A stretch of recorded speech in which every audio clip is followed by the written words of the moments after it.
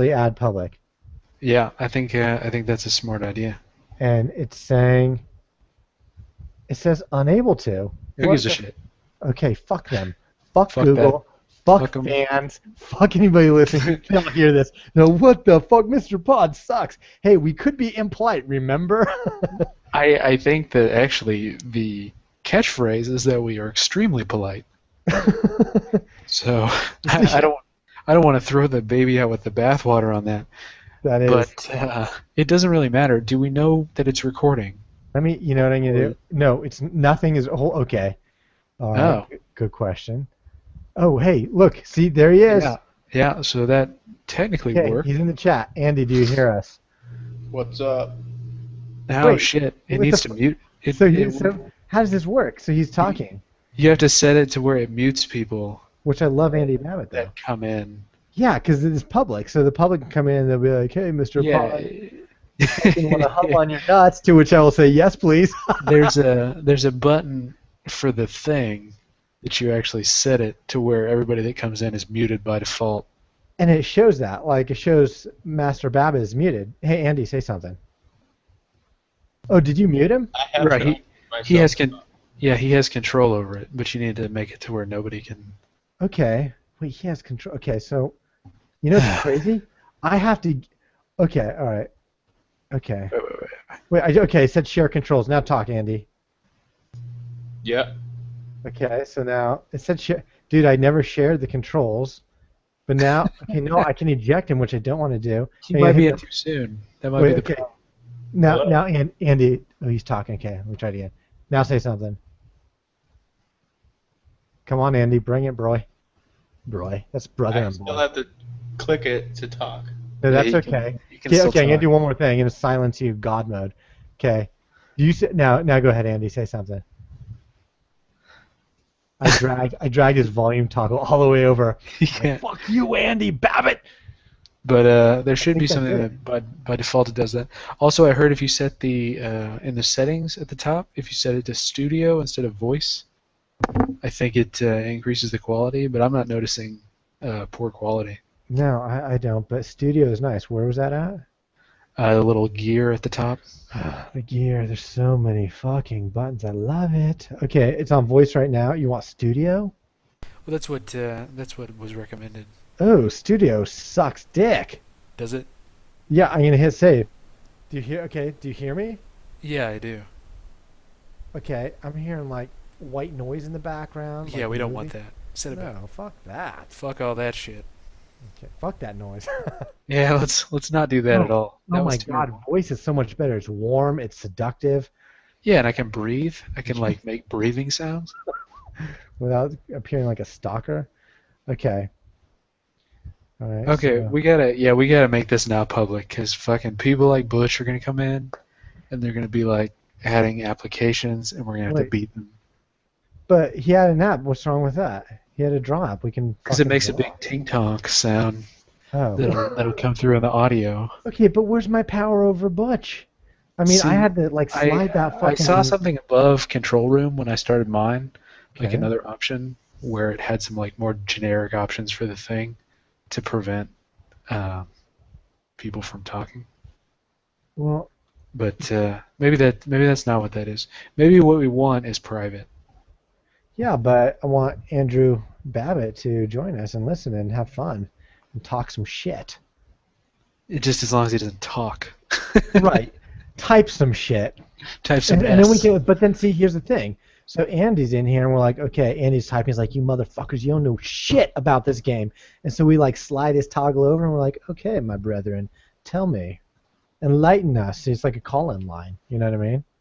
Yeah, we can just randomly enable people and get a bunch of like really Right. racist stuff in the stream. I know. Can you imagine? I will fucking. Okay, you know the question is this going to YouTube though? So you asked that. Yeah, You I was posited wondering said if it is question. actually recording, It must. or is this getting dumped down a well somewhere? Okay. Go to. I'm gonna put Andrew Babbitt, like make his voice just in case he has any, like he sees something, so he can talk if he needs to for a moment. Okay, so go to Google. Yeah, I can see it. It shows that it's live now. Okay, So so that's the link we want to give people actually is this link. Let me show you Okay. in the chatty, Kathy. Okay. Let me fucking find the button to open that again. That link is the link we want to send people to, because then they're not actually in, but they can listen. Okay, I'm now going there. This is. Oh fuck! It's coming through my computer. That's nice. Oh, and this is on. Okay, and this is on MOSmackDoc. I see. We see Andrew Babbitt's face there. It's hot. Yeah, that's the link. Okay. Well, that's cool. That's like Twitch, but on YouTube. And I mean, I want to imagine their infrastructure's better. But see, now it's well- saved here, so we haven't officially, introed this. Well, whatever. I really don't fucking care. I'm so lazy, dude. But the good thing is, it's going right there, so that's hot as fuck. Yeah, so you intro it, and then we'll just edit the whole front part where we're fucking up, and like it's really embarrassing. We'll just Well, edit there this is all. no fuck up. Okay.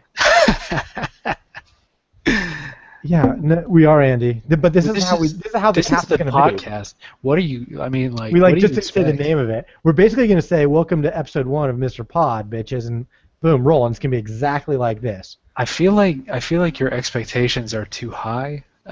Theme songs are for earners. Theme songs are for bitches.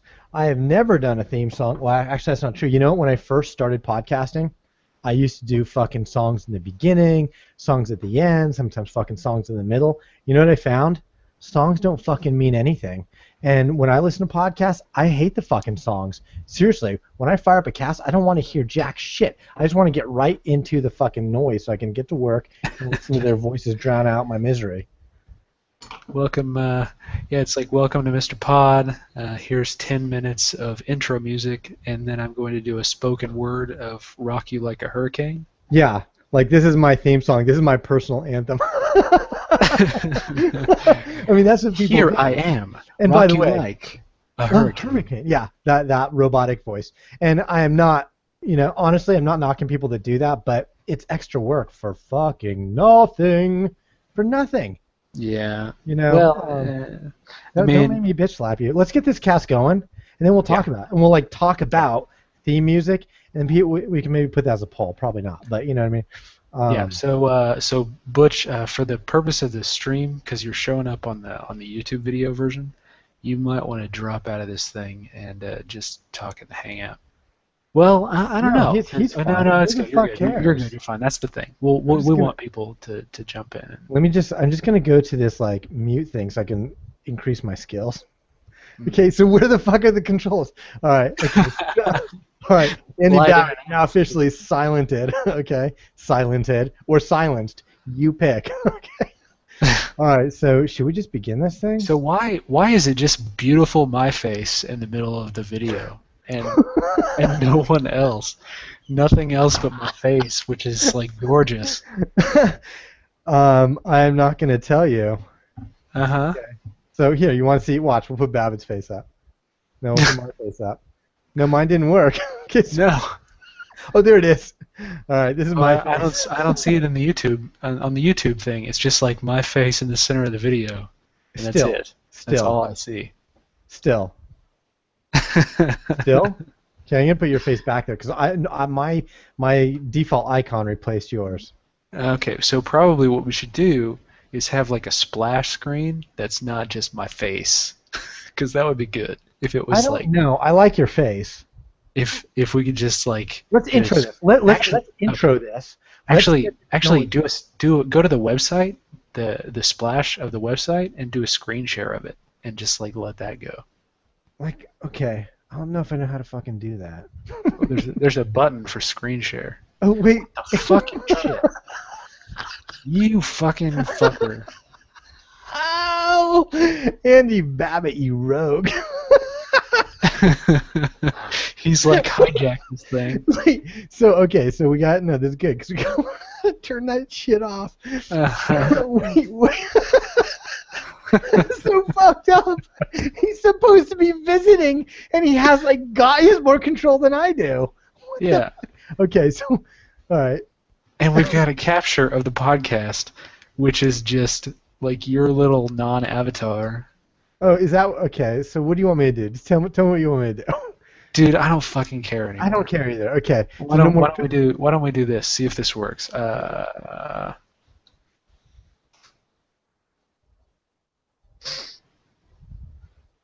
Who cares? Go We in can. here. You can add. I'm gonna pictures try. later. I'm gonna try this. Okay, Just all let right. me try this thing with my skills and abilities. Of that, I'm gonna share that. Okay. So can you show me as the primary thing? Yeah, I'm seeing you as a primary thing right now. on I the have stream? Do you and I see the see screen that. share? I see the pod. Yeah. So why is that not translating to YouTube, and why is it still just showing my face only? Well, there's probably a delay, like a little buffer delay. Yeah, but it hasn't changed at all in this whole time. Probably has to do with ignorance. Oh, look, he says YouTube has a 3-minute delay. Oh, 3-minute delay. I suggest we not be overly concerned about it, though. Okay, so we're just going to go with that, and you go right ahead and start us off. Yeah. Okay, so let's just intro this. Welcome, everybody, to our episode. Fuck that. Here we go. Take 2. Welcome to our first episode of Mr. Pod, a podcast with Miguelito and Ryan. It is MMO-centric, but you're going to find we vary a lot. We're going to go into real-life topics probably more often than not, but we're always going to circle around and talk game. Usually MMO, but it could be Dota or, Nintendo, Sega, whatever. So welcome to our first cast. We're happy to have you. Please make sure you fill out the comments section and slam fucking Miguelito, your god. So Miggy, what is up? As if I'm just talking to you fresh, right? Yeah, this is the first time we've talked, especially not the last 10 minutes of trying to get this set up. No, we have not been trying to troubleshoot miscellaneous bullshit for the past hour and a half. Yeah, I mean, we're definitely not going like the easiest way possible and just saying fuck it. But I shouldn't say that because this is a polite podcast. We're known primarily for our politeness and even-temperedness. I don't think you'll see any kind of a... Oh, now we get some shit talking in the chat.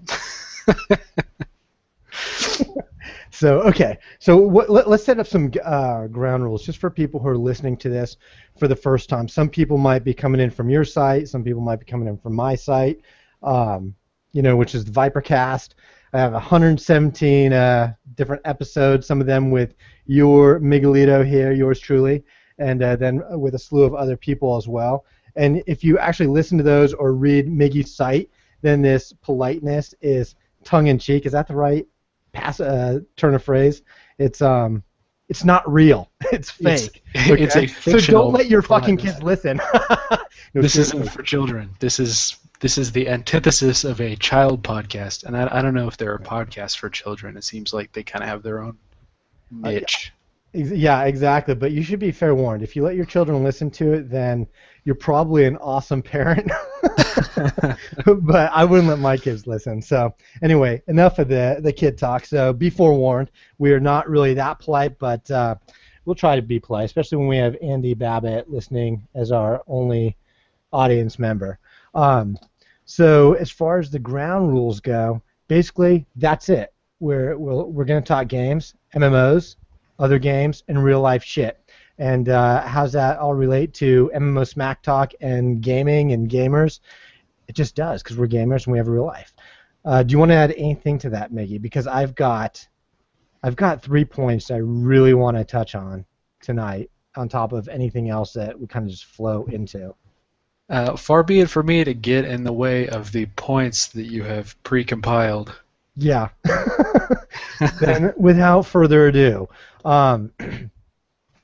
okay, the 3 things I really want to touch on tonight are the blurb from Massively About You and your ongoing love relationship with them.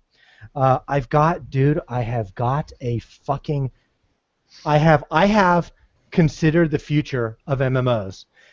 Swear to God, yesterday I was sitting on the can and I came up with the future of fucking massively multiplayer online video games, and it is going to blow your fucking brain out of your brain bucket.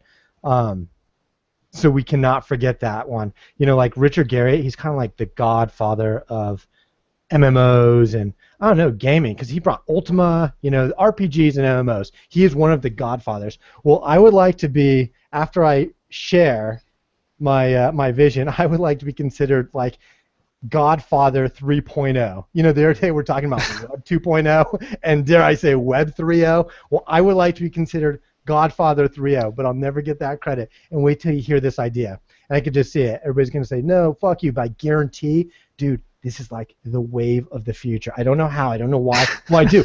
I don't know how it's going to come to be, but you'll see. We'll get to that. Don't you think it's don't you think it's a little irresponsible to like destroy the brains of the listeners, like potential listeners, before the show even really starts?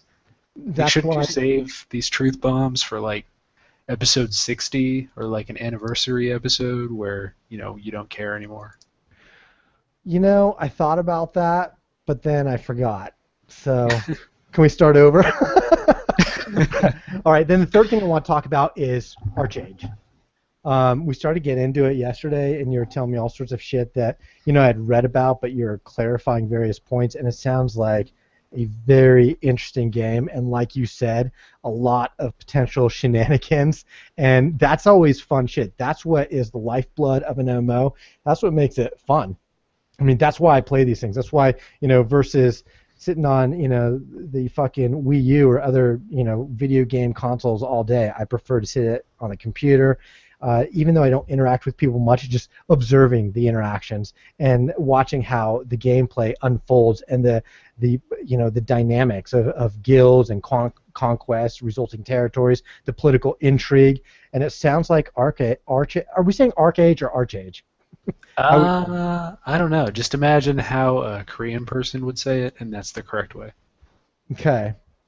That didn't help. I'm gonna interchange it too, because I fucking will do that. But anyway, with ArcheAge, there looks like there's just a whole lot. My last big MMO was Darkfall, and it was really Darkfall 1. I loved it to pieces. I played some Darkfall 2, and maybe we'll get into that a little bit later as well as to why I played that for a short time and whatnot. But the point about Darkfall in general is the massive scope of the politics involved, and just it's just awesome how that works, because you got these players, they're sitting in their mom's basement, you're one of them, and they impact real people's lives daily, and in a very interesting and somewhat meaningful way. So anyway, those are kind of 3.5 points that I want to talk about tonight. And of course, we might not even cover them because the conversation is going to free flow, and we might forget all about those. But the one we cannot forget about is point number 2, which is how I plan to become Godfather 3.0 of MMOs. So, massively, tell us the tale. Well, it's not much of a tale. Tell us the tale. Let me refresh my memory. But they mentioned one of my posts about crowdfunding. It's like a kind of a meta view of crowdfunding where I use the example of Star Citizen specifically to talk about why it's shitty, why it's bad for people to have unlimited profits without actually having a product. But the way that they mentioned my article was kind of rude, to be honest. Okay, can you link? Yeah, can you link that commentary in the chat section? I'm going to read what they said. I'm also going to read a little from your article that you posted. And I kind of fucked up the introductions here, because the reality here, folks, is this is Miguelito from IHateMMOs.com. If you want to read something funny, truthful, and that's a beautiful website, go to IHateMMOs.com. Well, okay, so he distilled, and this is like Justin Olivetti. He's like a editor for Massively. He's not just some random dude, but he distilled the entire message I was trying to get across, which I felt was cohesive and informative, down to a foul-mouthed rant and a diatribe. And then went so far as to say that I had questionable conclusions drawn, and I don't know. I would have to reread it, but I don't think I would ever post anything that I felt the core conclusion was questionable unless it was just entirely hyperbole, which it wasn't. Yeah, But, people have got to really understand what they're reading from your site. It's entertainment intertwined with truth and how you perceive things. And there's nothing questionable about it. Either you view crowdfunding or modern crowdfunding a la Kickstarter this way or you don't. And if you don't, that's fine. It doesn't mean that you're completely incorrect, but nor does it negate the well, opinion of one Miguelito. the approach I took, I think, was that, and basically I'm going to say that crowdfunding is a great thing because it allows people to pre-qualify their games before they release them to the public. You're basically saying, hey, does this game sound good? If it does, give us money to show that it's good, to kind of prove that we should make it. And that's a good thing. But basically what I said was, at that point, after that is complete, if you continue to take money and you are making enough money to run a studio and make substantial profits, there's really no question here. They could just do that forever and never release a game. I'm not saying that's what they're doing. All I said was, you have to wonder if it's too much of a risk to continue to give money to these people, because they had something. When I posted the article, they had over $50 million in donations. And that should be like, if a publisher gives you $50 million, you have to pay the publisher back because they're basically publishing your game for you. They take a cut of all the profits, and that's how they make their money. But if Joe Basement gives you $50 million, which is effectively what happened, that's $50 million of profit. Like, they don't have to give any of that back. They have been $50 million profitable, which I think any game studio would just be extremely excited about. And I think it's kind of unethical because you're not at that point an entrepreneur. You're not taking any risk when you make a game. And what is Star Citizen doing? Have they just squandered the funds? No. I mean, they're what they've done is they have. Do you know what a stretch goal is? Tell us. It's like you have your initial funding. A stretch goal is what you say, hey, if you give me even more money, then we'll add this feature. So it's like a feature that they're holding hostage unless you pay the ransom. And in many cases, you have to imagine those features would find their way into the game regardless. But when the amount of money gets up into the $50 million range, the stretch goals become exponentially larger, like $500,000 for a stretch goal to add like one ship model. And there's no way to quantify how much that costs because they have so much funding to begin with. It's not like they're hiring a new developer, or for $500,000, it's not like they're hiring 20 developers and paying them a year's salary to do this one feature. So it just makes me wonder, like, I guess if the game has already been done and they're just collecting people's money, or B, if it's their intention to just stretch it out, until. How long have they had this $50 million? Well, it increases every day, and the funny thing is, since I posted that article, they took the total off their website. Do you think it was directly related or coincidental? As I don't know. I feel like it probably wasn't me, but there's a little piece of me that thinks, yeah, it definitely was.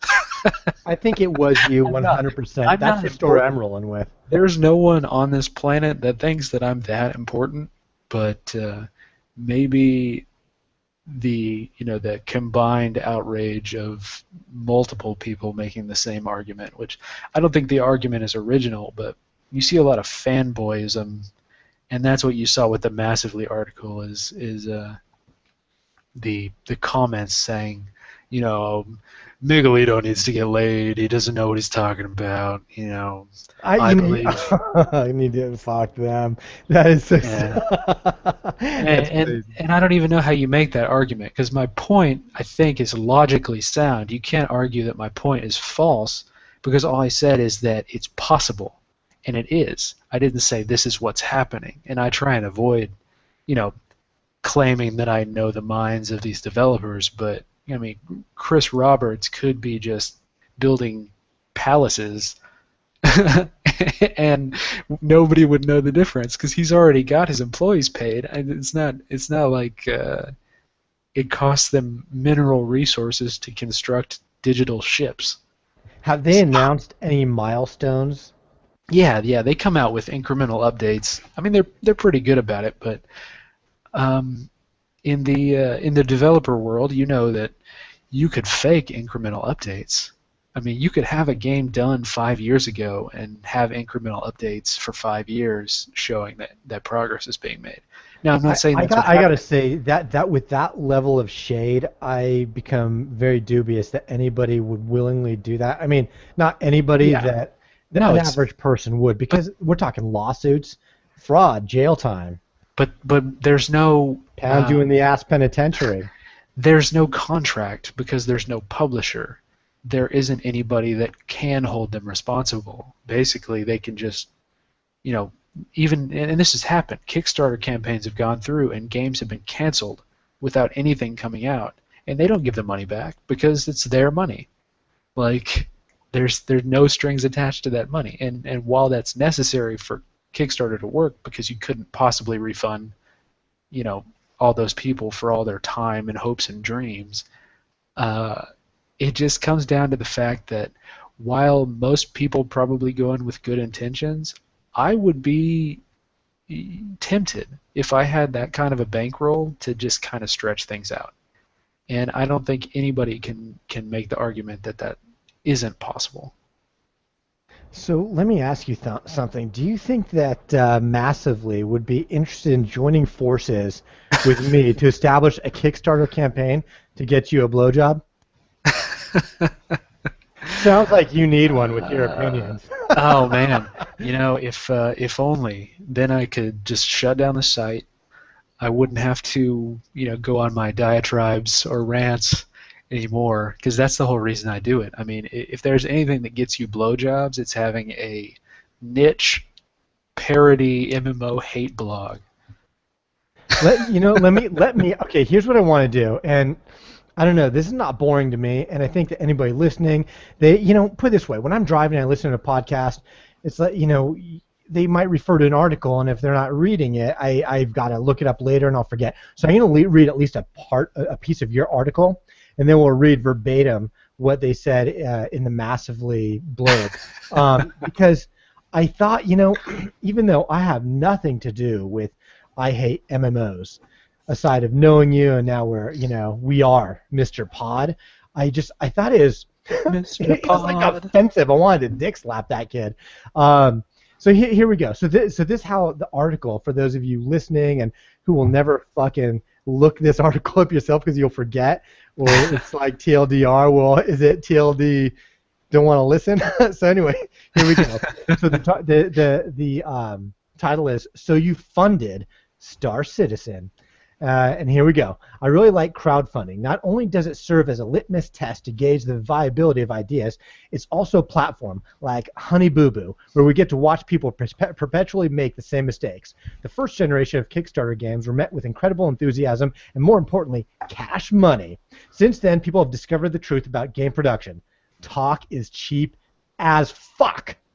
If all it takes is $300,000 on Kickstarter is a few commissionable digital paintings, neckbeard videos, and an interesting idea about how to properly copy Minecraft, sign me the fuck up. It actually says hell up, but I had to spice it up a little bit. So I should read it the way it was, because this is relevant. Sign me the hell up. I have ideas for days. What I don't have is a team of awkward drones to do exactly as I say in a timely fashion. Also, great ideas don't have to be technologically plausible. There is a disconnect. Once the game is funded, particularly brazen developers continue taking money in order to reach arbitrary stretch goals. For those of you who are unfamiliar, a stretch goal is an improvement the developer will add to the game if you pay the ransom. I.e., if you don't give us more money, we will make the game shittier. Okay, so I'm going to stop there.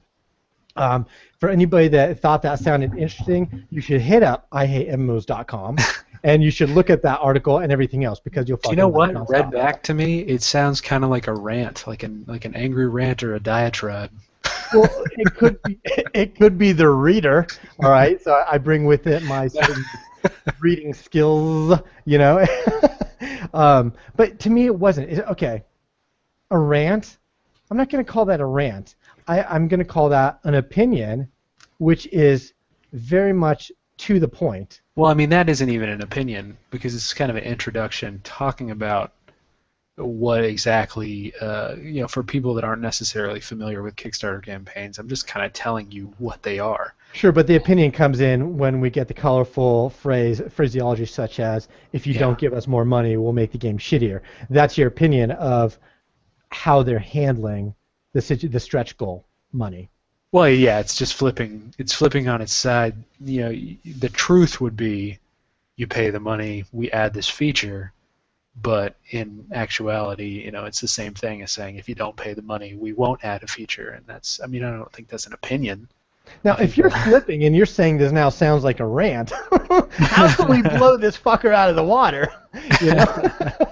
But regardless, yeah, I mean, I don't think I said anything particularly outlandish. I used some colorful language, but that's just because that's the way that I talk. I mean, that's how I talk to my mom. I'll tell you what.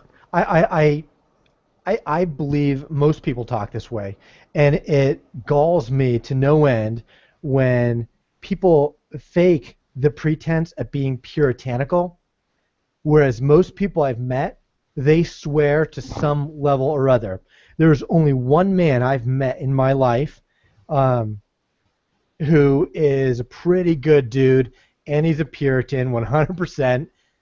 But and when I say Puritan, I mean that like in a kind sense. Like, he doesn't swear, and he does good deeds, good things. He's very kind, and he's not a hypocrite. Okay, it's all those things together. Underline, not a hypocrite, because, you know, when you delve into those religious circles, you're going to find a lot of faux Puritans. The faux part is at least where they've got the hypocrisy. They've got that down fucking pat, bro. So this guy didn't, and he's like the only one I've met. But I got to say, so going back to this blurb on Massively, where they mentioned this article, it starts off, this foul-mouthed rant about the plague of crowdfunding had me laughing, although his conclusions, the devs would be so fixated on getting more money that they'll be tempted never to release a game, are questionable. I mean, you know, are they questionable as in, I could take exception and argue a few points just because I want to? Or is he saying they're questionable as in, Miguelito, you're just a fucking kid. You're a dumbass, and, you know, it's funny what you said, but you're really a dumb bitch. You know, that's kind of the way I took his line, as opposed to intellectually questionable. But that's the thing. It's like I'm thankful that, you know, they gave me exposure or whatever, like 10 hits or I don't know however many. 10,000. But yeah, I mean, it doesn't give you like free reign to shit all over something that, like, I don't just write things without thinking about it. Like, so if somebody says that, you know, I'm illogical or my opinions are questionable, then, I mean, how can an opinion be questionable? So let me ask you this, though, and honestly, and anybody listening, fill up the comment section, whatever. I'm just curious, but is the article that Meg wrote, is it actually foul-mouthed? I mean, it's got a few bad words. Are we calling a few bad words, colorful language, as foul-mouthed? Foul-mouthed. I mean, in my world, where, you know, I've met people from, you know, all socioeconomic stratas, and his article doesn't actually qualify for foul-mouthed. Dude, my mouth is so foul. Get the scope in it. So. What else do we want to say on that? I'm pretty much done. I mean, we kicked that in the balls. Yeah, and I think like you called retreat, and we're fleeing with our tails between our legs. Well, this is a good I mean, it's basically we fully explained what kind of a podcast this is, because I had absolutely no intention of talking about any of this. And, and it's totally unscripted. I mean, you kind of had a general idea that you wanted to railroad me with this, and this is what we're doing. This is the type of show that this is, and I'm enjoying it so far. Yeah, no, absolutely. I mean, the show is basically two dudes talking. And the fact is that we intersect very strongly along gaming lines. And so that's kind of why it comes into the gaming podcast. But, arena. However, I as we mentioned, Mig and I talked offline, and we sent some texts like little girls and whatnot. And if I didn't make this clear, I cannot personally focus right now on just a podcast that needs to be strictly oriented to gaming. My podcast has to be related to gamers. Gamers experience life, so this is our lives. We're inspecting it through a very specific lens. The MMO gamer, our lives, whatever. How just pull it together. Read my mind. Anyway, okay. Are you ready to hear about how I am prepared to become Godfather 3.0? It should be interesting. I have absolutely no idea where you're going with this. Okay. No, you don't. And I mean, I don't even know if I have the ability to articulate this properly. I was thinking about it, and somebody could bash it. And by the way, if anybody out there, if any fucko wants to say, "Hey, Ryan, you douche, you're not the one who thought of that first," fine. Fine, but I'll tell you what, I've not fucking read this anywhere. I've not heard it that I'm aware of anywhere, and I will be the first one to say that no thought is original. It's kind of like when the first processors came out. I believe there were two different companies in America, I think they're both in America, that basically came out with very similar CPU architectures like within 3 days. Are you aware of that, Mig? Can be making shit up, but it's something like that. And then one group basically got all the credit. And now there could, of course, been corporate sabotage. There could be spies and whatnot. But I also believe that people are going to come up with the common sense approaches to make life work, to achieve various objectives and whatever. So I'm not saying I'm the originator of this idea. However, as far as I'm aware, I'm the first one to voice it. Therefore, I get to be Godfather 3.0. See how that works? Are you ready? Sure. I'm trying to remember which philosopher it was that thought all ideas were derivative and there were no original ideas. Was it Descartes? I don't know, dude. I mean, philosophy, I kind of zoned out. Yeah, I know. It's dorky. I'm not saying it's dorky. Look, okay, here's the thing. Quit beating up on me. Don't you know I don't get laid? Dude, I know. Well, that's why we're gonna initiate a Kickstarter to get you a blowjob, bro. We gotta crawl before we walk. I mean, how many thousands of dollars is that gonna take? You're a pretty handsome gent, so I don't know, maybe a few thousand. I'm like the number 5 most handsome person in my house. A house of 3. Yeah, and my wife and baby are both more handsome than I am. Okay, so hold on to your balls. When I say this, it might tickle you to the extent that you'll probably have to get up and take a leak. All right, so check this out. Hang on 1 second. I gotta get a piss. All right, are you serious about this? Just kidding. Okay, that's okay. Here we go. Whew. All right, my big moment, and all right. Anyway, seriously, I'm just gonna spit this out, and then we'll kind of hash out the details. And I have like 10 words of details, so it's not been greatly contemplated, but the general idea I think is a very feasible one. And everybody out there's like, fucking spit it out, bitch. Well, here it comes. Think of MMOs, and it doesn't have to be exactly like this, but where the currency, the gold, is actually backed by real currency. And dude. Wait, no, wait. Dude, let me finish before you fucking blast me, okay? Because that part of it doesn't even have to be in this game. But that was part of my original thought, okay? But you'll see the core part. So it's backed buy a real currency, and that real currency is going to be like a Bitcoin. So what we do when we develop this game, every client becomes a fucking miner, okay? And just like you can, pull resources, you could become part of a mining subnet for Bitcoin. So all of these fuckers playing MMOs, they're mining and they're contributing implicitly to the total currency available in the game, or the total real value of the currency. And what this allows you to do is, one mechanic of the game is that you'd be able to take your money and it'd be actually, you could swap it out for Bitcoin or whatever. Now talk to me. I'm Godfather. Yeah, I mean, Are you have you ever heard of a game originally called Project Entropia? I see you added that to the chat. Yeah, that was later, like in the later Entropia 90s, universe. 99 or 98, right? Right in there. Right, and Entropia universe now, I guess is called, is the currency is backed by real currency, and basically they have a system set up which is much like the frivolosity of Bitcoin mining, because nowadays you can't effectively mine Bitcoins on any kind of a machine that isn't specifically made for mining Bitcoins. But that aside, they had something called, I think farm sweat is the only thing that you can do from enemies, which is like a product that people who have spent money can use to produce things.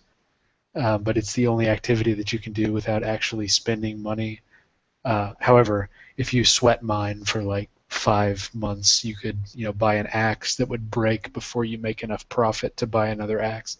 Okay, this does not sound like my idea. Yeah. Well, in effect, what it is the game is a money-making scheme. The game that you're talking about is more of a. It sounds like mine is a mining scheme, really. Yeah. Well. Yeah, and you're trying to create like a network of miners, like a distributed mining network, and those exist. But anybody who knows about Bitcoins would know that the competition is too high unless you've got like 1 million people playing your game with their gaming machines. You're not going to make think of Blizzard with World of Warcraft. They've got Warden on your machine. Add Godfather 3.0 Bitcoin miner on your machine as well. Yeah, but many miners they use your like CUDA cards, like the stream processors from your video cards to mine, because it's not the most efficient way to do it anymore, since they created miners that are stronger than that, but. Those games require the use of your video card, so you would have to have a game that requires very little use of the video card in order to effectively mine at all. And even then, an individual is only going to make like a cent every few days. I'm not suggesting that individuals would grow wealthy. Right, just you. You would be the one that grows wealthy. The guy who espoused this idea first and has no connection to the actual development. But yes, I would be the wealthiest.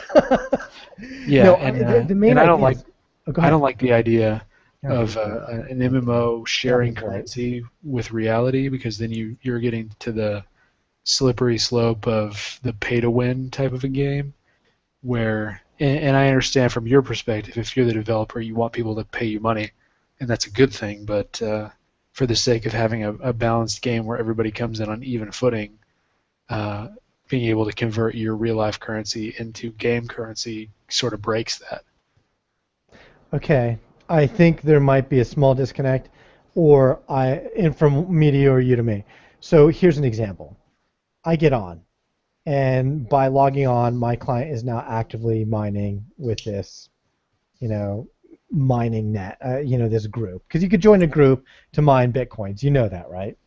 Yeah, that's what I mean. Is it reminds me of the distributed groups, yes. The distributed networks. Yeah, so that's all this is. Except the difference is, if the game ended up being hugely successful, like WoW, or like we believe ArcAge might, or there's the Arc part, ArcAge might become, then it seems like it could create a very powerful at least in a distributed sense, mining network. And anyway, what would happen is, you know, so maybe the value would be 100 gold to 1 cent. So this might not be the most awesome thing in the world. It would just be sort of cool that you're doing more than one thing at once.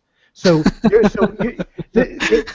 doing like 3 things at once. You're playing the game, you're experiencing the game. So hopefully it's a good game, right? Number 2, you're actually mining. So you don't get a piece of the action necessarily directly in terms of, hey, here's a Bitcoin mailed to your account, but we can either do it in a sense where you have gold added to your in-game bank, and that gold could then be spent, on items per usual, not a la Project Entropia, but, think of, wow, you go to the auction house, you want to buy some shit, you need 500 gold, well, you've got 500 gold in your bank because you fucking were playing so long, you just happen to mine that much. Well, then the game itself would be a parallel with the Bitcoin in that you've got a set growth pattern over time based on the clients being logged in. And you understand why people use the distributed mining networks, right? Yes. Because of the blockchain and like block discovery and individuals. Describe that. Explain that in case. Well, basically, the way that it works is miners, they find blocks, and then as they mine those blocks, the bitcoins are generated. Well, the more miners there are, the less likely you are to find a block. So they use the distributed network basically to say we're much more likely to find a block, and then we'll share the revenue from all the people mining at once. While an individual might never see profit because they might never discover anything. Right. So, like I said, when you're playing this game, you're doing more. You're not only playing, but you're actually generating revenue. And then we could tie it somehow. And I'm not saying, I've kind of mentioned 2 ways to tie it in so far, and they're both actually different ways to tie it into the in-game economy. I'm not suggesting either one is superior or the right way to go at all, but those are just 2 ideas. There are obviously far smarter guys who, if this is a viable idea at all, they would consider it, hopefully from many different angles, and present something that people would be interested in. I've seen an MMO that had Bitcoin as the currency, at least in development. Obviously, it hasn't been substantial, and I think the average person is still rightfully leery of the Bitcoin and doesn't necessarily want to. Okay, but that is still different. Okay, so yeah. we make this game. You're mining in the background, and I'm trying to attach the total generated Bitcoin to the actual economic system, like what it's valued at and how, if you can cash out, or maybe you can use it to pay your monthly account or get prorated or whatever, depending on your total contribution. But the point is, we can, even if it fails, if the Bitcoin end of it is total flop and we can't tie it in, or people are getting fucking angry because they don't like the system but they love the game, then basically we can do what every other fucking MMO does and say, wow, well, we're going to start off with 1 million gold in the system, and then every time you kill a mob you get another gold, so it's like it's constantly inflating no matter fucking what, Yeah. So yeah. I mean, what, that's a good system?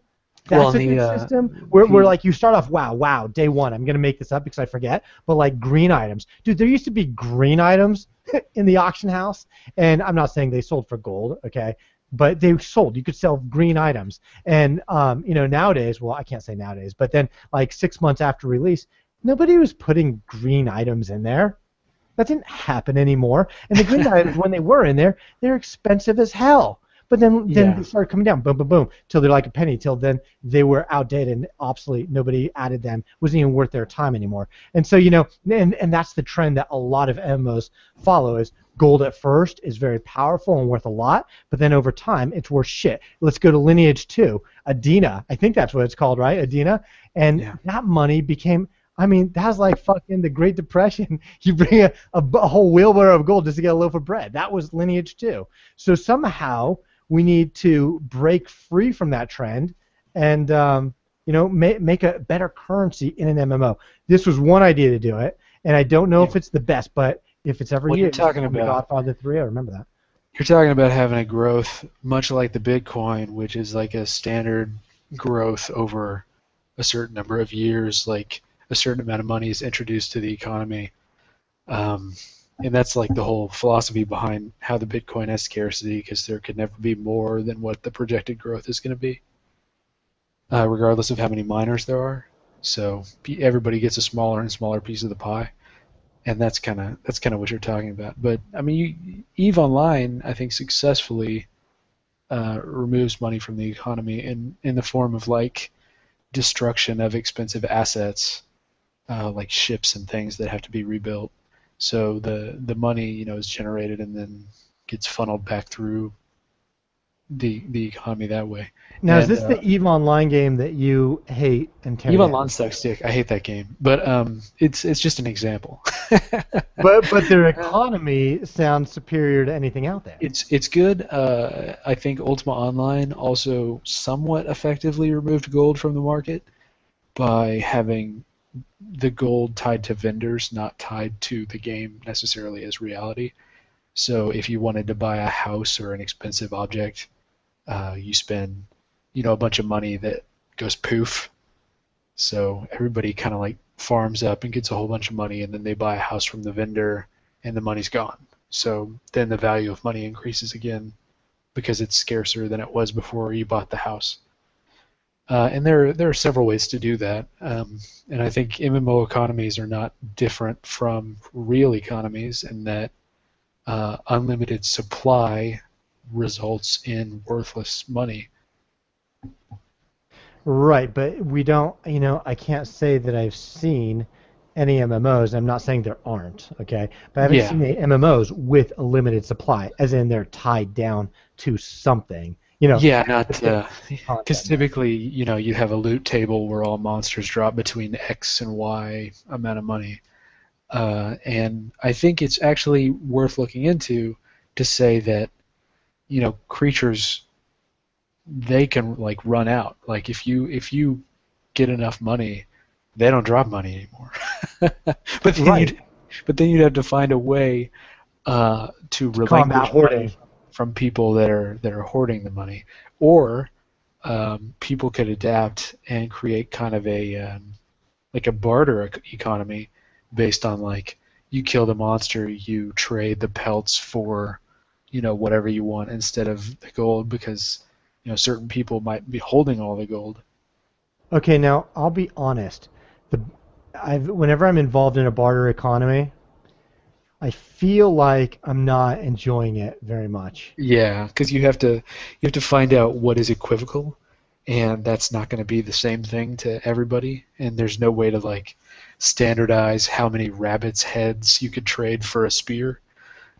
And not So only that, let's say I get to play 5 hours a week, and let's say that takes the form of 2 nights a week, so 2.5 hours, 2 nights a week. If I need to unload my shit, so tonight I just want to go out, I want to PvP. There's an awesome raid taking place, but I've got to sell my shit. I need money or I need resources or whatever, and I've just got rabbit heads. And so now I've got to, decide, am I going to go PvP or do rabbit heads? Well, fine, I go PvP. And now next time I log in, I'm like kind of hurt that much more, especially if we had a bad PvP run, okay? So now right. my next session this week, before I get to play, 4 days from now or whatever, is, going to be work. I'm working to find somebody that's hopefully online at the time I logged on that's willing to make this barter arrangement. And so it's like, on the face of it, it kind of sounds fun, but the reality is you're dealing with login times, and who's logged in and how they're going to value your stuff. Yeah, My you're wife gonna just have to you're gonna make me cite Eve again, aren't you? Let's do it. Bring Eve. Well, Bring Eve into play. a corporation in Eve is like for a normal person, it's like a guild. It's like a super nerdy kind of a guild, and in Eve Online, corporations that have vested interests in like piracy or like PvP in general, they have profits outside of just that action. So they typically will insure you so that like if you go out and you have a bad night, they will buy you, replacement ships and things like that. And it's good for them because most nights aren't going to be bad for a successful corporation. Or even if there's no profit in it, there might be profit by virtue of you're eliminating competition that could be earning a set amount of money. So then you absorb that. So See what you I'm like Eve? Now, I've said before, everything about Eve Online is fucking awesome, except the game, which is terrible. Like I could talk about Eve Online and how great all the systems of Eve Online are, but if you try and play it, you find out very quickly that you don't actually play Eve Online. You watch Eve Online play itself. Enter Nate Ryle. Nate Ryle, Yeah. get him, son. Well, he Get can him. come in here and defend it all he wants, but I talk louder than he does, so it doesn't matter. I never tried Eve, and that may be my second greatest sin ever committed. I wanted to, but it's just Well, like every time I was going to, it's like I don't fucking want to download this. everything, I don't want yeah, to learn it. And then later in life, you're telling me, oh, you watch it, and you basically like insert commands, then watch shit happen, and then games where you have to become part of some large corporation. I'm not saying that's a bad game, by the way. Eve or otherwise, just a game where you need to become part of a large guild. But that's not really oh how I yeah, like to play. That's not it, my preference. it can't be a bad game because it's the only sandbox that has had even marginal success in terms of player Wrong. base, in Wrong. terms of the amount of money that it's made. Wrong. It's not wrong. I mean, You if you said look we're at the only. How about Minecraft? if you take any other, okay, I'm bringing MMO. it. I'm bringing it, son. I should have said MMO sandbox. Okay. I'm picking. That's not the same thing. I'm But picking. the problem I think with Eve is that every form of growth and development and everything, like not even just with the economy, it's all just based on like standard metrics. The way that you gain abilities in Eve is you like queue up what you want to learn and then you go like drink a Coke or something. Because while you're playing it, you could be earning money and doing things, but you can't actually like become competitive and be like competitively skilled out unless you spend a large amount of time not playing at all and just waiting for your skills to go up automatically. So that's a big problem I have, and it's functional. The reason why they do it that way is because if everybody could fly a giant carrier right out of the gate, it wouldn't be as cool to see one or to destroy one. And it absolutely makes sense why they did it that way. It's just from a person's perspective, like from the perspective of a person who wants to have like a real interaction with a game and like play a game. It's not really what it is. That's not really what Eve is for. You don't really play it. You just kind of like massage it while it runs its magic. It kind of Sounds like my reminds dad. me of it reminds me of those old social games on Facebook where you like queue up a bunch of things and then it tells you if you win or lose and then you queue up a bunch of things and there's more to it than that obviously. I'm sure there's somebody that's going to be like screaming at their computer over this, but Yeah, you're um, almost describing it like almost like a fantasy football league. it is it's similar to fantasy football with the exception that watching a football game to see how you're doing is much more entertaining than watching your ship slowly revolve around an asteroid and shoot it with a laser. Um, because nobody's like getting their face smashed in or anything in EVE Online. They're just slowly evolving. But I digress. I think, like many sandboxes and kind of leading into ArcheAge, one of the things that's the greatest boon to EVE Online is the aptitude for shenanigans. And there are so many things that you can do outside of the pre-designed systems that make the game funny to talk about. And I think that's what keeps so many people going is, for instance, there were corporations that would basically ransom mining ships because people would mine AFK during the day, but these pusher corporations would go in and just kind of push them off the asteroid that they're mining so that they didn't mine AFK, and then that made people so mad that they would eventually pay the ransom so that they wouldn't be bothered, and the corporations were profitable. You see what I'm saying? That is funny. So it's just like people come up with these little things because they're provided this sandboxy construct, and then they kind of are allowed to do with it what they can. But what they can't do is play a game that's fun. So it's you give a little and you get a little. Now, with these pusher corporations, is this? I know there's different zones in Eve. PvP zones and safe zones. Are they able to do this in a safe zone or only in a PvP Yeah, zone? I think the issue was that they could do it anywhere and it wasn't a crime. But since then, they've added a bounty system, which I think probably isn't. I mean, it probably isn't deliberately to curb that, but it would curb it, I think, where people would get flagged as these kinds of. But they would do it with ships that aren't worth anything.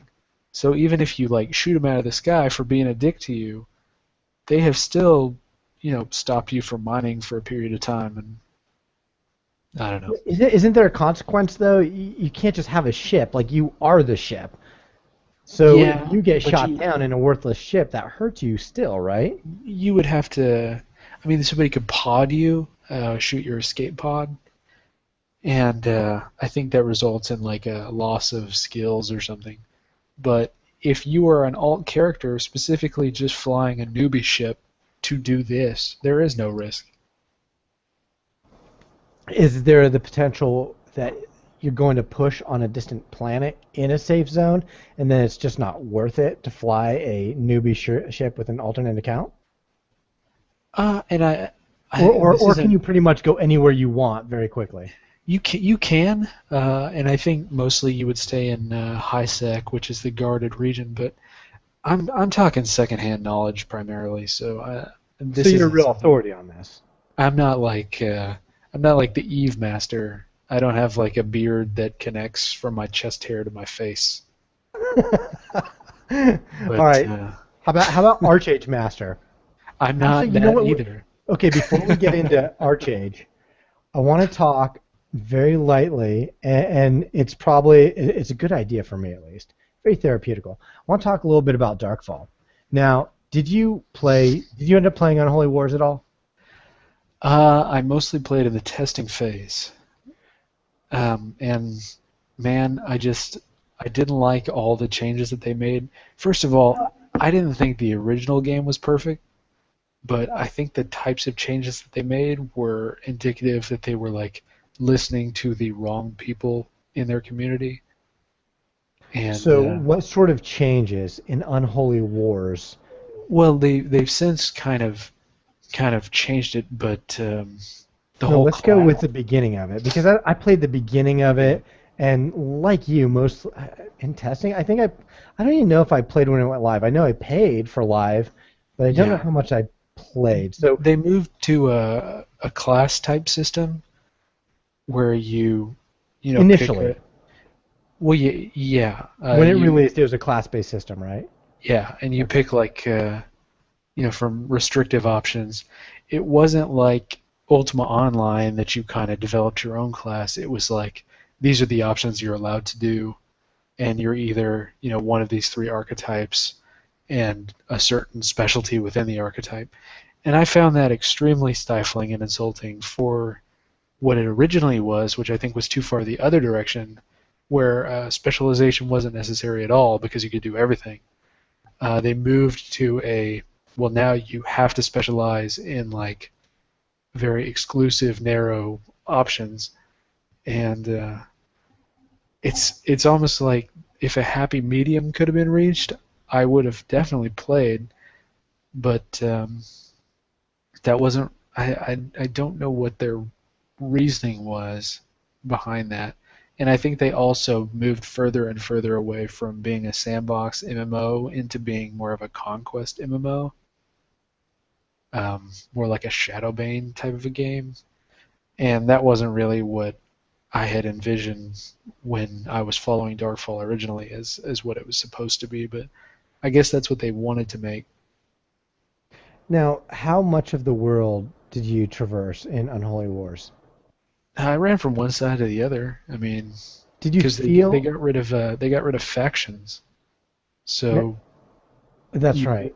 yeah, you could just go do whatever, which is another weird thing. It's like they have all these races that now look way stupider, and like wolf face men, not wolf men, because they didn't have wolf heads. They just had furry faces, and they switched all the models to the same human model with different like skins on their face. Are you familiar with how the PvP ended up working out in Unholy Wars? I mean, just to give you an idea, an overview of how I just felt about that game. I was okay initially with the changes where you had to pretty much pick a class and whatever. You know, it's a game, so I can do that. Yeah. Now, it doesn't have to be Darkfall 1. That was a very unique and, to me, an excellent casual experience. I pretty much loved it for everything it was, even the rape trains that were run on me. I was very accepting of them. Um, but there's something about, like, I don't know. Okay, so in Darkfall 1, when you see somebody out there, you pretty much, and correct me if I'm wrong, I don't think it's a false memory, you judged your opponent pretty much just based on his armor, which could have been Yeah. a day one noob wearing dragon scale. You didn't know, but you saw his armor, then you may or may not flee. I mean, certain individuals, they'd be like, fuck it, dragon scale, I'm in. I'm all in, no matter what. Yeah. And then, so you judge them based on what they wore, and then you would judge them on their reputation. If you placed your reticle over them and you identify them as somebody you're familiar with, then you may or may not engage them. But with Unholy Wars, when you put your reticle over them, you are actually able to ascertain a general level via their, what did they call them, power points or prestige points? Oh no, it was prowess. Prowess points, that's it. Yeah, And that's kind of a weird, I, like, hey, look, it's a guy I can't beat. Hey, look, it's a guy I can beat. Now, which one am I going to fight? right, but people would say, well, there's a little bit of mystery because maybe this guy is a crafter extraordinaire, so he's got 50,000, prowess points, but he has no PvP ability with that tune. Yeah, or maybe he's 50k prowess and he's 100% fully PvP enabled. That's it. It's like two choices. Okay, so what am I going to do? Do I know this guy's name? Because he's got 50k prowess points. Am I going to engage and think he's part crafter, whole crafter? I don't know.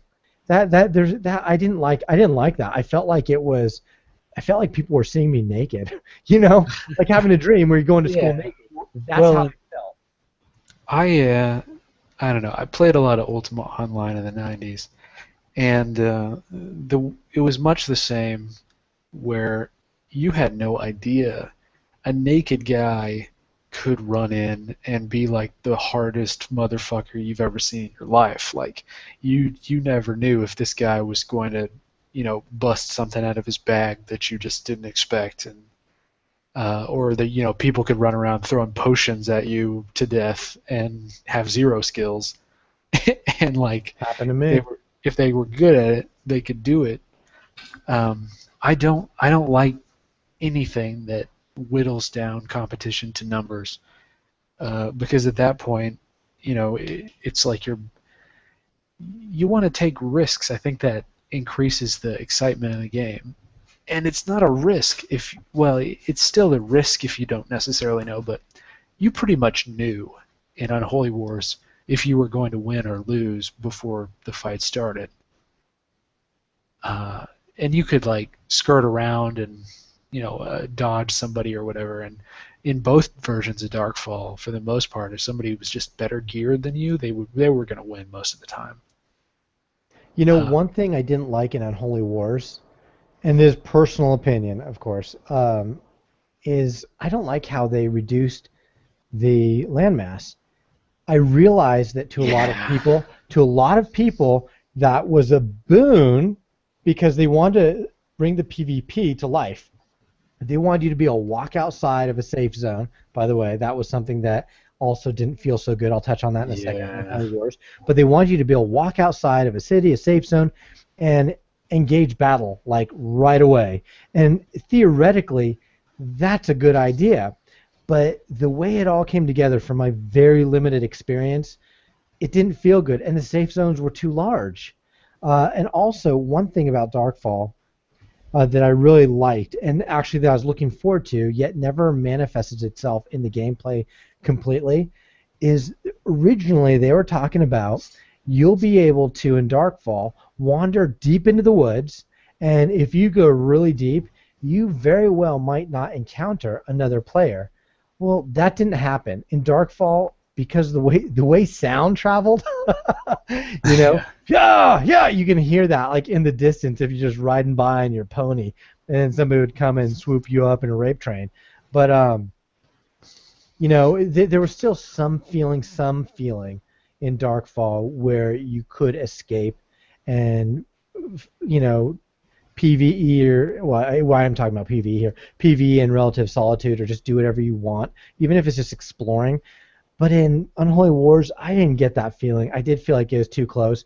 And by the way, that doesn't mean it's a bad game. Doesn't mean it's a bad game mechanic. But for me, for what I was looking for what I am looking for, is something that I like. Conquest. I'm into that.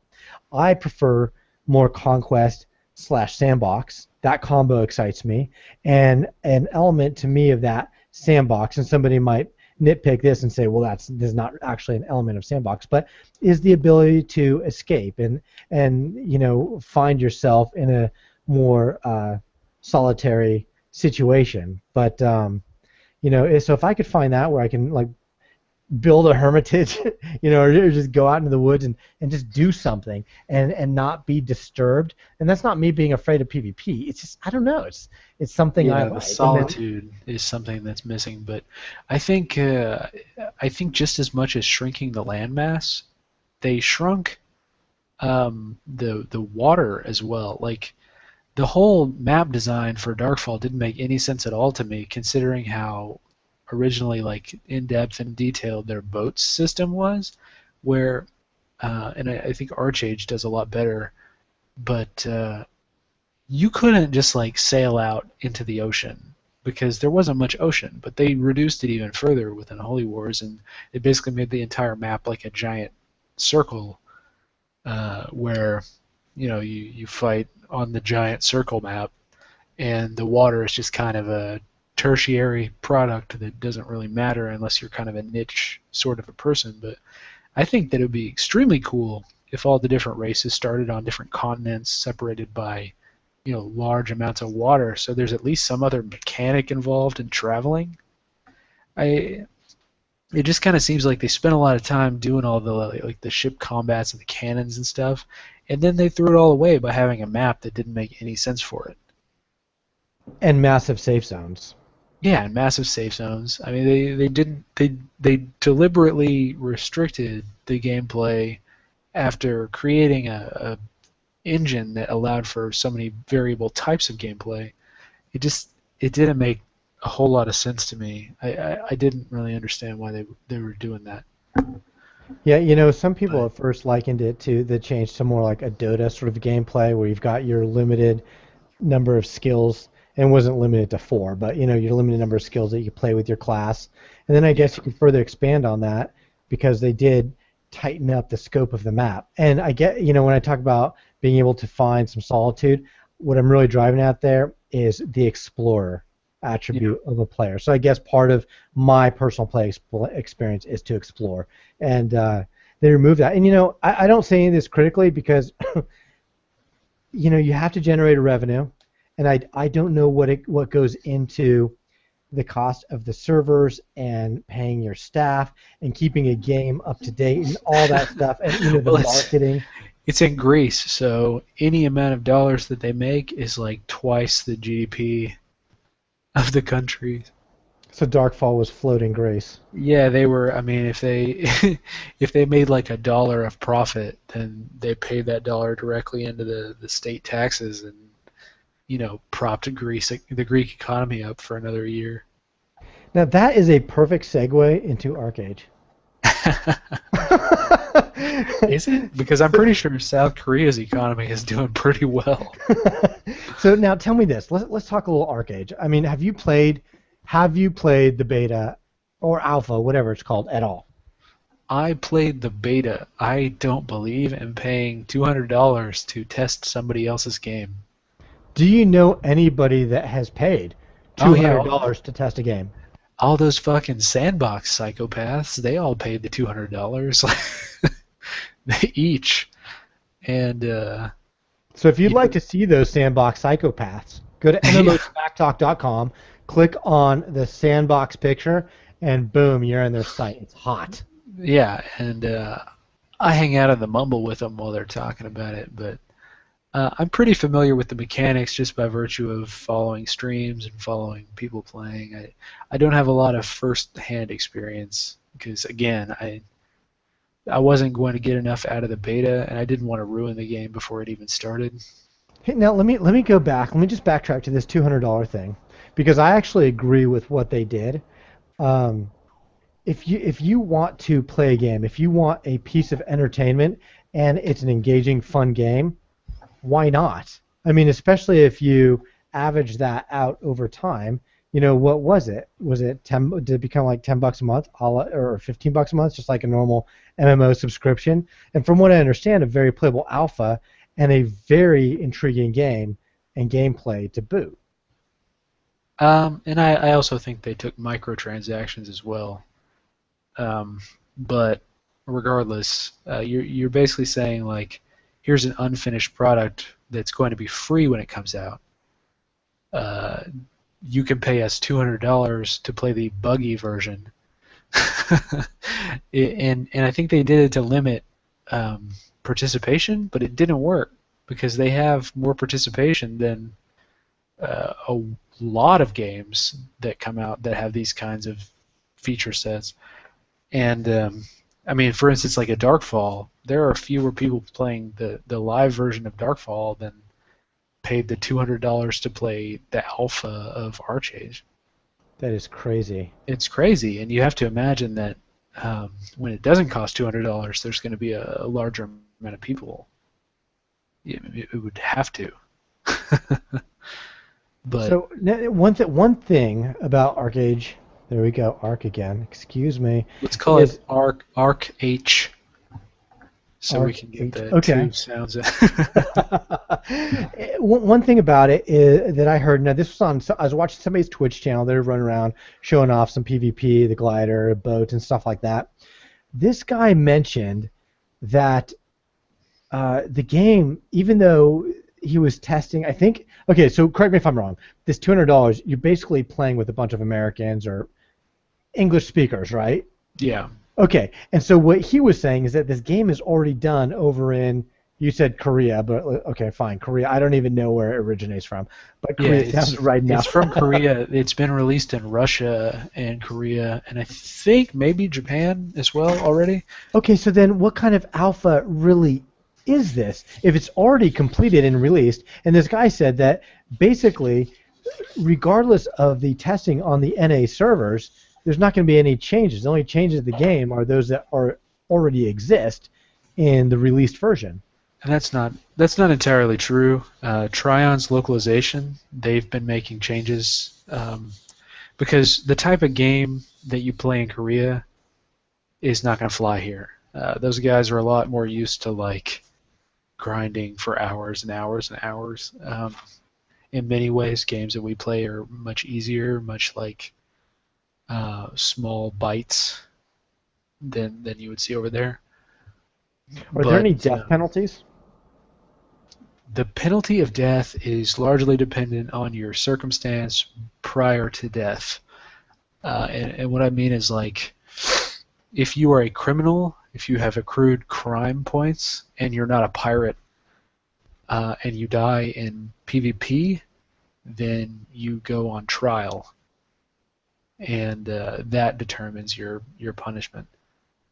But it's voluntary. Like, basically, you could take the minimum sentence of like 3 hours of a debuff where you can't fight. You could log on another character for 3 hours and come back and you're fine. Wait, you attack me in PvP, I die, and then I get a 3-hour debuff? If you're a criminal. No, let's say I'm not a criminal. Okay, you kill me in PvP, what happens?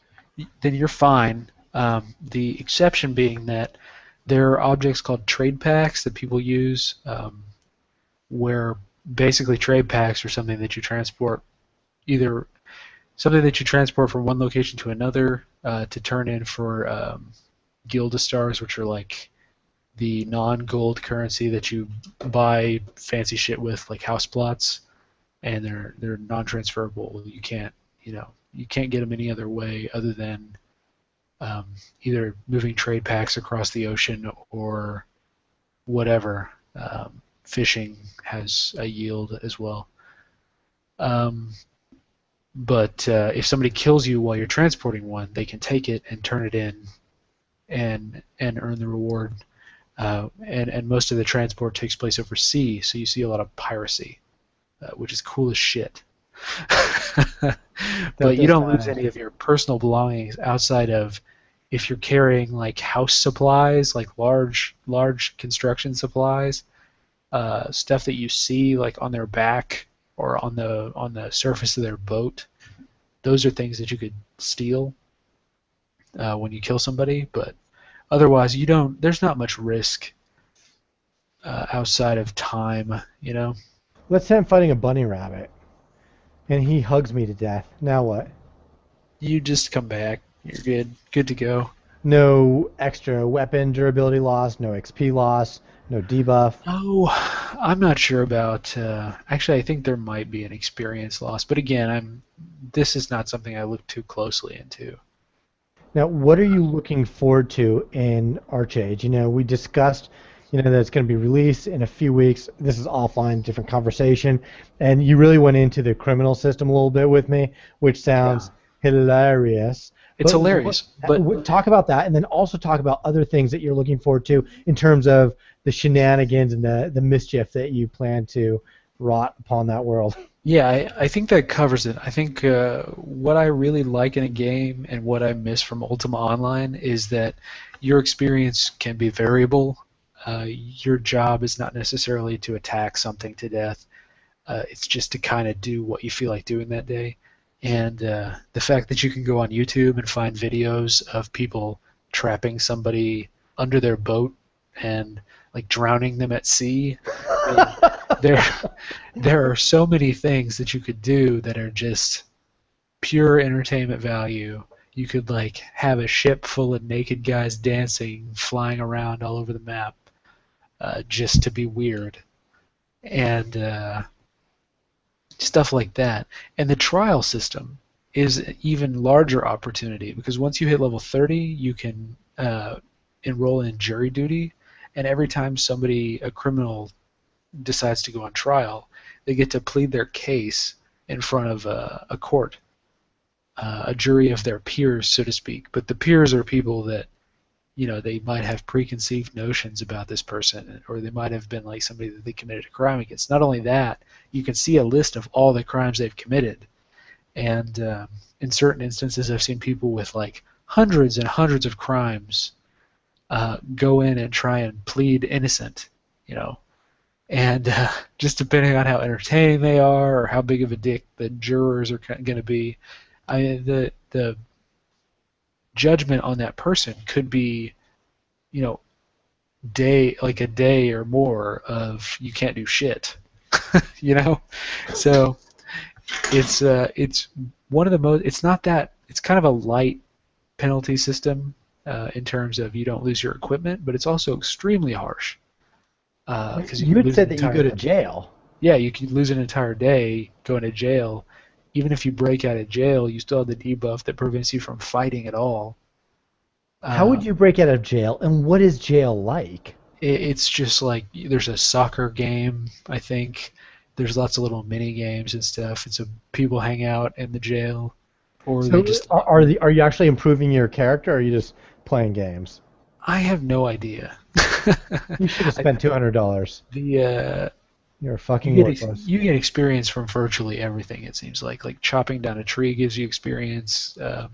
Raising miniature horses gives you experience. You can, there are so many systems in the game. You have to think that there's something for everybody. Okay, but it's not going to satisfy a person that's like, I have to go be ultra competitive and zerg and win and get everybody's shit, and that's not really, it's not going to appeal to the Darkfall crowd. I don't think it's going to appeal to the To hardcore. the 30 Darkfall players. But to somebody like me who wants to just like log in and just enjoy an experience that could be so different every time you play, I think it has potential. Okay, But so what when it is comes the out, end game? Go the ahead. end game, it could be anything. I mean, if you commit enough crimes to where your faction expels you, you become a pirate, and at that point, you can earn stars by simply going around and pirating trade packs and turning them into your pirate faction. Um, so you could, just do that and totally be profitable. I mean, you're probably not going to be, because it's probably much harder than. If you're a pirate, can you redeem yourself? I'm sure. I don't really remember. I'm not the expert. And do you have any idea what the PvP balance is like? So is it 50 levels? Is that what we're dealing with? Yes. Let's say it's 50 levels. Let's say it's 50 levels. Yeah. When can I actually fight a level 50 and expect success? You don't. I mean, you don't really expect success. What I have seen is that lower level people have been able to successfully gang up on higher level people, which is something you would never see in like a World of Warcraft where you get one-shotted. The growth from level 30 to 50 is not like 10 times, but it is enough to where it's not a fair fight. And do you have any idea what the grind is like? I think for the first few levels, until you actually get out in the world and have like your open world experience, because I think the first 30 levels are basically a tutorial, and once you get out of that, the grind becomes irrelevant because you should level naturally doing almost anything that you want to do. How is point allocation done? So you gain the next level. Or you like Well, put the class system is it's similar to Rift. It's not the same as Rift, where you get to choose from 3 different trees, and then you allocate skills into those trees as you level those trees separately. So if you have like a sword tree and a bow tree and like a sneaky tree, each level you get to decide what skills from each tree or from one tree that you want to gain that way. So if you will have like, you could have a tree that you don't even really use and just pump points into the other 2 trees. Or you could, is there a respec option? Or yeah, you could respec and flip it all the way around, I think. How about auction houses? There's definitely an auction house. The economy is massive because there are like 40 trade skills or some insane amount. But everything kind of weaves into each other. So a person who farms sheep might have access to wool that they would sell to somebody who makes like armor or whatever. But I don't know. This is kind of a boring topic because I don't really know. I love it. So when you're laying awake in bed at night and your wife's over there and you're just ignoring her because you're thinking about Archage, what are you thinking you're gonna do day one? What's your objective? Well, day one is gonna be shitty. I mean, you basically got to just run through all the quest hub stuff, like quest to quest to quest to quest. What Cool It from the sandbox actually said is that once you get out in the world, you can farm potatoes every day. Just plant potatoes, log out, pick the potatoes the next day, and level up all the way to 50 that way if you wanted to. I mean, you could do anything at that point, but the first few days are going to be kind of rough, kind of getting out into that open setting. You told me that if you want to, if you pay, you get something. So it's free to play, but if you pay a monthly, then you get what? The monthly subscription gives you access to things like land. Like if you wanted to place a house or a farm, I think you have to be paying a monthly subscription. Which makes sense because otherwise you'd get a bunch of people land grabbing and there would be no space for people that aren't serious. But you have to worry about free to play and the implications on gold farming. Do we know what the sub costs? I think it's going to be standard 15. $15. You know, it's funny you say standard. It's been that way for a long time in the industry, right? Yeah, but it was 10 before. It was 10 before, like I think, 990 something, right? I think EverQuest and Ultima were both 10. And at some point somebody went to 1250 and I was like, what the fuck? Yeah, you fucking robbers. But in reality, with the way the U.S. economy is inflated, I mean, 15 is less than 10 was. Yeah, that's what I was thinking. It doesn't seem to have scaled, But which I'm grateful for. Technology is much cheaper, so it doesn't make sense to charge as much, I don't think. That's true too. All right, so what else, dude? You know, we have covered all the points that I was looking forward to discussing tonight, from the massively blurb to my Godfatherness, all the way down to Arcage and some Darkfall. So now that we have served and fulfilled me, how about you? Was there anything else you want to touch on in our very first Mr. Pod Polite podcast? Mr. Pod, car. How do you do, Mr. Pod? Now, which one of us is Mr. Pod? That's for the listeners to figure out and decide if needs be. Yes, Mr. Pod is a fusion of two individuals creating a perfect top hat and mustache. Yes. I actually only have half of a mustache, and Ryan has the other half. You're giving hints away. You're giving them for free. Yeah, I know. I'm So sorry. what else? Well, I mean, do we want to talk about web development? Is that where this is going? I don't even know what we would talk about with web development. We'll hit on that another time. I've got a lot of questions for you. Guys, in case you don't know, Miguelito here, he's a master. So what else did you want to discuss tonight? Because I'm starting to fade, dude. I am turning into a fucking pumpkin. I feel it setting into me. So what else? Yeah, I mean, this has been a pretty modest length episode. I think it's probably a good starter. I didn't come in with any pre-planned topics like you did, so I'm.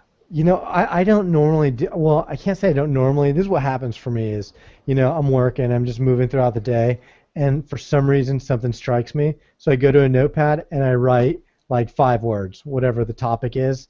Because because obviously when we discuss it, I'm going to remember, and then you're going to say something about it, and off we go. So, Yeah. you know, that's all I do. Then let's wrap it up. We good for that? Sure. Anybody listening at this point, they're like, you fuckers, you're just dragging this end out. All right, guys, I got to say thank you for joining us with our very first episode. If you made it this far, which all of you better, or you're just a bunch of fucking dicks. Thank you for joining. Check out our site. If you saw this on YouTube or any other site, you're going to want to head on back to mmosmacktalk.com and find the Mr. Pod button. Click it and love on it. Also, you're going to notice some other podcasters there. I think Kalari is not active, so you can click it and see some old shit. But the guys that are most active are the Sandbox and then Yak. So click on those guys. Check them out as well. Of course, click on Mr. Pod. Look at the top hat while you listen to the cast, if that's possible, if you've got a computer screen in front of you. Otherwise, we hope you enjoyed it. Engage yourselves in our comment area. And most importantly, if you do nothing else, if you've learned nothing from this podcast, then be a man and head on over to IHateMMOs.com. Mike, you get the last word. There it is. Perfect. But is the last word. Well, I guess word would be the last word. The last word is, how do I turn this fucking cast off? I mean, it's been a long time since I've done this, and you know, I've only done it like once with this. Man, I mean, we're so bad at this. It's okay. Some of these listeners are bad listeners. You ever think of that? Yeah, Right? they probably were like jacking it, looking at something else, not really like paying any attention. What a bunch of, I don't know. I can like hang up the phone. I know that doesn't end it. Is there Is there a bear stop thing. broadcast button, like at the bottom or something? Okay, right now I just see the fucking screenshot you have in front of my face. That's not it. No, that's not. Okay, I'm gonna click on the YouTube button. That can't be it. Okay, hold on. This can't be screen share. Q&A live. There's no. Okay, oh, I see the. I see a camera down below. I'm gonna take a picture. Maybe I have to take a picture before I get something else. No. I did. Oh my god. That didn't work. All right, we're still live. Google Drive, YouTube, control room. What about the thing that says live? Can you click that or? I'm gonna click on that. No, that's not clickable. Okay. Okay, I'm going to the top. Mute mic. No. Turn off camera. Bandwidth. Settings. See, and if I leave the call, this still goes. What the hell, dude? This user interface is fucking driving me nuts. And there's nothing in the control room. Holy Christ. This is just supposed to go on forever. I hope you're up all night, dude, because that's what's happening. And then some. Showcase. Q&A. Dude, I'm seriously. What buttons do you see? This is like the best. This is the best end to a podcast I've ever done. Yeah, I think that this should be a sub episode. Holy fuck! Google Hangouts is dominating me. Okay, let's take a look here at the things.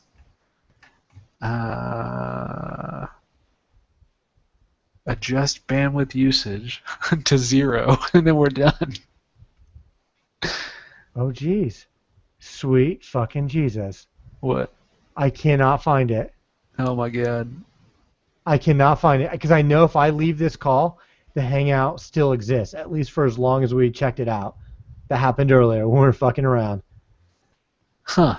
What if we both leave simultaneously? I think it still exists. But that's not a way to end a cast. You gotta no, have a that's button. terrible. You gotta say, thanks for listening, you fuckos. Bink. And that's the end of it. Is there like a control panel on the YouTube setting? Okay, I'm going to click on the YouTube button. Now it says select the account. We should already be going to YouTube, so I mean, there's no disconnect. It's like, which account do you want to do it to? And this fucking camera that somebody put. Who put this fucking... Oh, there it is! Motherfucker, I knew it! You click the camera, and then it gets rid of the little camera taker at the bottom, and you see stop broadcast. So now let us officially end this. Miguelito, you are awesome. It brings me great pleasure daily to read IHateMMOs.com. It's been a great cast. We'll see you for episode 2. And all you other fucks, thanks for listening. Blah, blah, blah. The music, we're done. Okay, so there you go. Peace. All right, dude. Well, I'll send you a text after this. I'm going to hit stop broadcast. You ready for this? Yeah. It's going to be apocalyptic. Here we go.